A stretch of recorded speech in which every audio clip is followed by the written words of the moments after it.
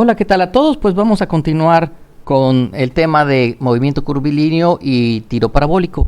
De hecho, el tiro parabólico es un caso particular del movimiento curvilíneo y lo que vemos del movimiento curvilíneo es muy poco, es muy general el asunto y es de la siguiente manera. Dice, pues que para describir el movimiento de una partícula, imagínense que aquí tengo la partícula, este puntito P, y que sigue esta trayectoria. Bueno, típicamente lo que haríamos pues sería poner nuestros ejes, un eje en X, un eje en Y y un eje en Z. Y a esos ejes le agregaríamos los vectores unitarios para poder marcar las direcciones, la Y, el vector J y el vector K. Recuerden que como están en letras más negritas, quiere decir que son unitarios, o como lo tengo acá. También el corchetito indica que son unitarios, ¿no? Bien, entonces la curva es la misma, pero ahora ya tenemos un sistema de referencia absoluto, inercial, que está aquí quietecito, ¿no? Y entonces podemos trazar un vector de posición que va desde aquí hasta el punto que a mí me interesa. Evidentemente, como el punto se va a estar moviendo para acá, el vector también se va a hacer más grande, a veces será más pequeño, etcétera, etcétera, y va siguiendo la ruta que sigue el punto, ¿no? Bien, entonces ese vector R tendrá de coordenadas X en Y, o sea, permítanme, digamos que lo que yo tenga aquí en X, en Y me va a costar más trabajo representarlo, en Z tendrá esta otra porción y en Y le digo me cuesta trabajo por la tridimensionalidad, pero vamos a suponer que anduviera aquí así. Ahí está, pues no quedó tan mal. Entonces ese es el punto donde estamos metidos, ¿ok? Entonces ese punto tiene de coordenadas X, Y, Z en la dirección Y, en la dirección J y en la dirección K. Si yo derivo, pues ya sabemos que voy a obtener la velocidad. Igual, fíjense que las letras negritas están indicando que es un vector, ya no son escalares, es decir, ya tienen además de la magnitud, tienen una dirección, están orientados uno con respecto a X, otro con respecto a Y y otro con respecto a Z. Y entonces a este R lo estoy expresando como una suma vectorial, ¿no? Bien, decíamos entonces que la velocidad pues va a ser la derivada de R con respecto al tiempo, pero los vectores I, J y K no se derivan, simplemente su función es indicarme la dirección.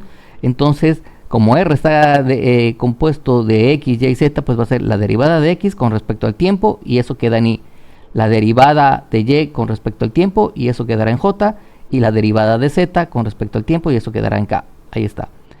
Bueno, si yo ahora a esto le llamo Bx, a esto le llamo By y a esto le llamo Bz, pues el vector se ve un poquito más chiquito y puedo decir que la velocidad, el vector velocidad, es igual a la suma de tres velocidades, ¿no? Una velocidad en X, es una suma vectorial, una velocidad en X, una en Y y una en Z. Y donde dice, ¿no? Bx representa la derivada de X con respecto al tiempo, By con respecto de Y con respecto al tiempo y Bz de la derivada de Z con respecto al tiempo. Si ahora yo derivo esa velocidad con respecto al tiempo, pues sabemos que por lo que veíamos en el tema 1 de posición, velocidad y aceleración, pues eso será aceleración, ¿no? Entonces me va a quedar la derivada de Bx con respecto al tiempo y nuevamente queda ahí quietecito, ¿no? Lo mismo en J y lo mismo en K. Si ahora yo a esto le llamo a X, a esto le llamo a Y y a esto le llamo a Z, pues ahora la aceleración quedó expresada así, ¿ok? Las ecuaciones anteriores, las que obtuvimos para R, para B y para la aceleración, muestran que lo que ocurre en cada uno de los ejes X, Y y Z es independiente de lo que ocurre en los otros ejes. Yo a esta frase le llamo de manera chusca, como en analogía con aquella frase de que lo que pasa en Las Vegas se queda en Las Vegas. Aquí lo que pasa en X se queda en X. Fíjense que X, Bx a X y todo está en la dirección Y. Y, By a Y y todo está en la dirección J, que es la que define al eje Y. Z, Bz a Z y todo queda en K, que es el vector que define a la dirección en Z. Y ustedes podrían pensar, pues eso es obvio, pero como les pongo aquí, esto no siempre es así. A lo mejor esta frase no fue la mejor, o sea, en el movimiento siempre va a ser así, eso sí no hay duda, pero en la física, en la dinámica, no siempre es así. Y por eso les pongo, comparen la ecuación de momentos de una fuerza, ya la vieron en estática, ¿no? El momento de una fuerza, R cruz F, ¿no? Distancia, producto vectorial de la fuerza. ¿Y cómo lo hacíamos? Decíamos I, poníamos los vectores I, J y K, luego el vector x, y, z, que definen la posición, como esta, y luego las componentes de la fuerza, fx, fy y fz. Aquí lo que estoy hallando es un momento en 3 dimensiones, y recuerdan ustedes que había que hacer este determinante, ¿no? Duplicábamos las 2 primeras columnas, trazábamos las 3 diagonales positivas, luego las 3 diagonales negativas, y aquí observen, tengo la dirección y, la dirección j y la dirección k, o sea, x, y y z. Pero fíjense cómo quedaron las componentes mezcladas, ¿no? Para lo que voy a obtener que va en la dirección x, el momento en la dirección x es el resultado de lo que ocurre en y y lo que ocurre en z. El momento que va en la dirección y, en la dirección j, es el resultado de lo que ocurre en z y en x, no en j. Y así en el otro. Y aquí no. Aquí lo que ocurre en la posición, su derivada queda ahí mismo y su aceleración queda ahí mismo, todo en y, todo en y y todo en z. Por eso les decía, aquí lo que ocurre en x se queda en x, lo que ocurre en y se queda en y, y no pasa así en el caso de los momentos. Esto es muy importante, porque eso lo que me está diciendo es que yo puedo estudiar los movimientos por separado. Como no se mezclan, aquí yo no puedo estudiar el momento el momento en x. Digamos que esto va a ser el momento en x, esto es el momento en y, y esto sería el momento en z, ¿no? Yo no puedo estudiar esos momentos si no conozco las otras componentes. O sea, yo no puedo saber el momento en y si no conozco lo que pasa en z y lo que pasa con la fuerza en x. Y aquí sí, yo puedo conocer la posición en x, la velocidad en x y la aceleración en x sin que sepa yo estos. Y viceversa, puedo conocer este movimiento o estudiar este movimiento sin conocer este y sin conocer este. Entonces eso es muy importante porque me permite estudiar por separado cada eje. Al final el resultado es un vector. Y si yo los quisiera sumar, por ejemplo, recuerden que al fin vectores, si yo quisiera hallar la magnitud de ese vector, pues voy a tener que decir que va a ser x al cuadrado más y al cuadrado más z cuadrada, ¿no? Ahí estaría, ¿correcto? Pero eso porque cuando yo quiero hacer ya el resultado final, pero vamos, yo puedo estudiar los movimientos de manera independiente. Y eso es lo que a mí me permite trabajar con el tiro parabólico. El tiro parabólico en verdad está compuesto de 2 movimientos que actúan simultáneamente, que es lo que vamos a ver a continuación. El tiro parabólico también se conoce como tiro de proyectil, porque bueno, es el que se utiliza o el que se produce, más bien, perdón la expresión, se produce cuando lanzamos un proyectil y es el ejemplo clásico de un movimiento curvilíneo. Tiene la ventaja de que ocurre en 2 dimensiones, ya no lo estamos estudiando en 3, en x, en y y en z, solo lo estudiamos en x y lo estudiamos en y. Y si consideramos que la resistencia del aire, digamos que esto fuera en verdad un proyectil, una bala de cañón, que la resistencia del aire fuera despreciable, que no la consideremos, bueno, en todo momento en la dirección vertical está actuando la gravedad. Esa sería la aceleración en y, ¿no? Aceleración en y es igual a menos la gravedad. Y horizontalmente se supone que esto se mueve a una velocidad constante, que no hay aceleración. Entonces en x no hay aceleración. Y también suponemos que parte de una cierta posición, que no forzosamente tiene que estar en el origen, puede estar en cualquier otro lugar. Hay ocasiones en que es más conveniente ponerlo por acá que en el origen, ¿no? Y bien, entonces en el instante cero, en el instante inicial, pues tenemos una posición inicial en x, una posición inicial en y, tenemos una velocidad inicial que ocurre a un cierto ángulo, como mostramos aquí, y por lo tanto la velocidad en x pues va a ser la magnitud de esa velocidad por el coseno del ángulo, y la velocidad en y pues va a ser la velocidad inicial en y va a ser la magnitud de la velocidad inicial por el seno del ángulo. Decíamos que la aceleración en x no existe y que la aceleración en y es únicamente la gravedad. Lleva el signo menos porque estoy diciendo que el eje positivo es hacia arriba y por lo tanto esta gravedad es hacia abajo, ¿ok? Entonces, como no hay aceleración en x, pues quiere decir que el movimiento es un movimiento rectilíneo uniformemente, un movimiento rectilíneo nada más, ¿no? Entonces la velocidad en x es igual a b0 coseno de teta y eso corresponde a la derivada de la posición. Entonces, como veíamos en el tema pasado, este diferencial de tiempo lo paso para este lado, tomo integral en ambos lados, aquí está, diferencial de x, toma integral, y bx por diferencial de tiempo, toma integral. Entonces el tiempo, pues necesito una condición que vaya en el tiempo y en la posición. ¿Ok? Entonces el tiempo parte en 0 y en ese instante yo tengo que la posición es x0 y voy a llegar hasta un tiempo t, que no lo conozco, y hasta una posición x, ¿no? Entonces aquí el diferencial se cancela con la integral y nada más me queda x, con límites de x0 a x. Y acá igual, pues esta bx es una constante, aquí lo podemos ver, no aparece la variable t, es una constante, la puedo sacar de la integral y entonces me quedaría que la integral se va a cancelar con el diferencial y solo me queda el tiempo, con límites de 0 a t. Y entonces aquí me va a quedar en el límite superior, me queda x, en el límite inferior me va a quedar menos x0, y acá me va a quedar en el límite superior t, y en el límite inferior me va a quedar 0.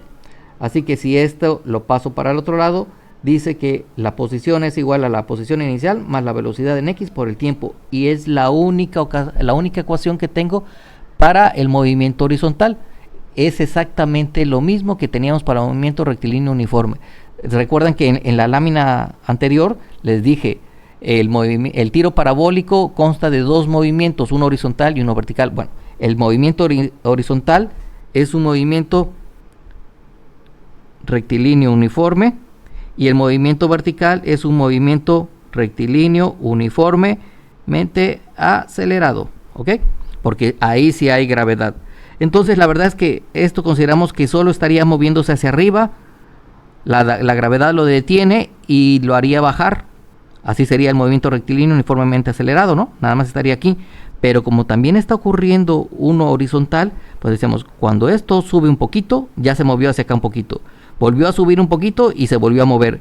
Volvió a subir otro poco y se volvió a mover, y así sucesivamente, ¿no? Entonces, y ya luego cuando viene de bajada, pues esto se sigue moviendo y es como se forma el tiro parabólico. De todos modos, en la siguiente lámina vamos a ver una ecuación que ahí sí dices, pues sí, sin lugar a dudas esto es un tiro parabólico, ¿ok? Entonces veamos para el movimiento en la dirección vertical. Entonces en la dirección vertical, pues tenemos que la aceleración en y va a ser menos la gravedad, y sé que la aceleración es la derivada de la velocidad con respecto al tiempo. Entonces, como hacíamos en el tema anterior, esto lo paso para el otro lado. Aquí nada me va a quedar diferencial de la velocidad por igual a la aceleración en y por el diferencial de tiempo. Tomo integral en ambos lados y necesito una condición inicial que exprese el tiempo con la velocidad, pero la velocidad en y. Entonces decíamos, en el tiempo 0 yo tenía una velocidad v0 en y, ¿no? Y para el tiempo t que no conozco, pues voy a tener una velocidad en y, ¿ok? Entonces otra vez la integral se cancela con el diferencial, y aquí la aceleración, como es una constante, será en sistema internacional será 9.81 metros sobre segundo cuadrado, o en sistema inglés será 32.2 pies sobre segundo cuadrado, pero bueno, es una constante, puede salir de la integral, la puedo sacar, y nuevamente el diferencial se va a cancelar, ¿no? Esta integral cancela a este diferencial y nada más me va a quedar t, que aquí está, con límite de 0 a t. Lo mismo, sustituyo y esto pasa para el otro lado positivo y me queda igual. Fíjense que aquí sí hay aceleración, ¿ok? Entonces dice, la velocidad final va a ser a la inicial más una aceleración por el tiempo. Como yo ya tengo la velocidad y sé que esa velocidad es igual a la derivada de la posición con respecto al tiempo, esta by, pues otra vez este diferencial lo paso para este lado, me queda dy por acá, acá me queda by por diferencial de tiempo, pero by pues es todo esto, ¿no? Entonces, lo sustituyo aquí. Acá las condiciones iniciales, digo, en el tiempo 0, pues yo tengo una posición 0, ahora necesito tiempo y posición, y si la tenía yo, en la lámina anterior teníamos esos datos, ¿no? Entonces nuevamente esta integral va a cancelar al diferencial y me queda nada más y con límites de y a y0. Ahí está.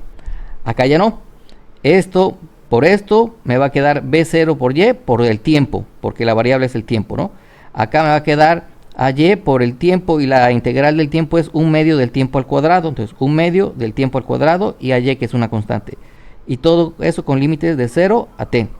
Y entonces aquí pues este y0 lo paso para el otro lado y finalmente puedo decir que la posición en y, la posición vertical, va a ser igual a lo que hay en la posición inicial más la velocidad en y inicial por el tiempo más 1/2 de la gravedad por la aceleración al cuadrado. Fíjense que aquí le puse más, algunos libros tienen el menos porque ya lo meten directamente de la gravedad, pero yo no lo estoy poniendo aquí. En ocasiones pudiera ser conveniente, hay veces que algún problema raro por allí considerara que la aceleración no es la gravedad y entonces esto cambia, ¿no? Pero bueno, aquí cuando yo lo meta tengo que meter menos 9.81 o menos 32.2. Es decir, el signo de esa aceleración va a ser negativo y por este más se volvería menos. Bien, entonces tengo esta ecuación para el movimiento vertical. Y además, fíjense lo siguiente, del movimiento horizontal teníamos esta ecuación. ¿Ok? Aquí sí, en esta estoy considerando que la partícula, el proyectil sale de cero, ¿no? Aquí la posición inicial, aquí sí es 0 en X y 0 en Y. Nada más para que lo tomen en cuenta, ¿no? En otras palabras, cuando ustedes quieran aplicar esta ecuación, sus ejes debieron haberlos acomodado allí. Y entonces me queda esto, ¿no? Si yo despejo aquí el tiempo, esto lo voy a pasar dividiendo. Y voy a decir X sobre B0 coseno de teta.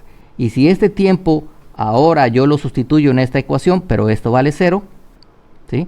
Pues me va a quedar esto, ¿no? B0Y por el tiempo. Entonces me queda B0, que es B0Y es B0 seno de teta por el tiempo, menos 1/2 de la gravedad por el tiempo al cuadrado. Aquí sí ya metí la gravedad. Entonces decíamos, este tiempo es esto. Aquí lo estoy metiendo. ¿Ven? Aquí. Y este tiempo, lo mismo, lo estoy vaciando y sería al cuadrado. ¿Ok? Entonces queda 1/2 de la gravedad 1/2, y este tiempo al cuadrado pues será X cuadrada sobre B0 al cuadrado coseno al cuadrado. X cuadrada sobre B0 al cuadrado coseno cuadrado. ¿Qué se puede cancelar de aquí? Esto con esto, ¿no? Seno sobre coseno es tangente, me queda la X, y por este lado me queda menos gravedad por lo mismo, ¿no? Menos la gravedad por 2 veces 0, B0 al cuadrado por el coseno. ¿Ok? Pero observen ustedes esto. Si me dan a mí el ángulo con que sale el proyectil, es este ángulo, entonces yo calculo la tangente y eso es un número. Vamos a llamarle que esto fuera B por X. ¿Ok? Y luego la gravedad también la debo conocer, la velocidad inicial si la conozco, y lo mismo, si conozco el ángulo, todo esto lo puedo evaluar. Esto sería también un número. Entonces me va a quedar menos A, si ustedes quieren verlo así, X cuadrada. ¿Ok?